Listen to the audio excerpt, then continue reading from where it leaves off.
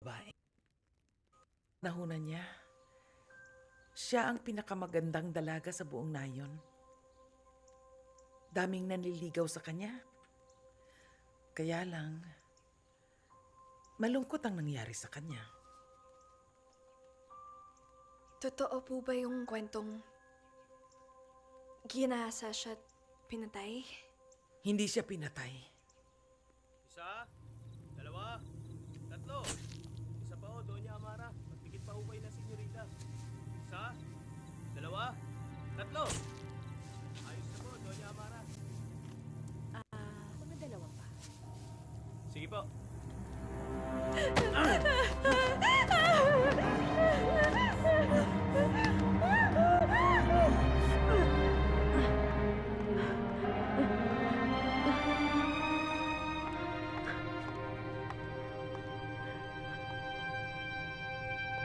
Nagpakamatay siya dahil sa matinding kahihiyan. Ilang buwan kasi matapos naghahasain siya ng katiwala ng mansyon. Nalaman niyang buntis siya na nagbunga ang panggaghahasa sa kanya. Veronica!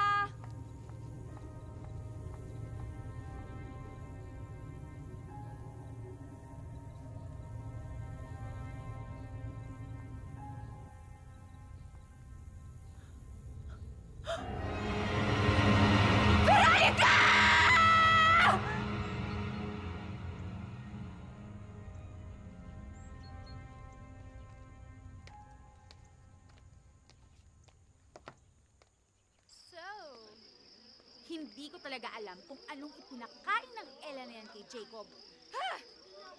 Hay nako, baka she used witchcraft on him. Si tsura ni Ella, hindi imposibleng gawin niya yun, no? We need to get rid of her and send her home. I bet nagsisisi ka ngayon. Kasi masyado mo pinahirapan si